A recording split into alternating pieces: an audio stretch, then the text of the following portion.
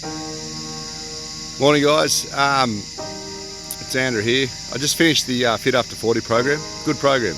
It got me on track. I just wanted to finish the year doing something, moving, getting going and doing something. I hit a few goals, it was good. Look, why would you choose Fit Up to 40 as a program? For me, it was as much about Robbo as it was about the program. You've got to have a trainer you can be accountable to and you trust. He knows his stuff. He's written a great program. It's good for any level. It doesn't, don't think because you haven't trained for 5 years you can't do it. He's written a good program. It'll cover all your bases, get you moving again, get you going. But more importantly for me, and most importantly for me, Robbo will hold you to task. He'll hold you accountable. He'll give you a call and he'll keep you on track.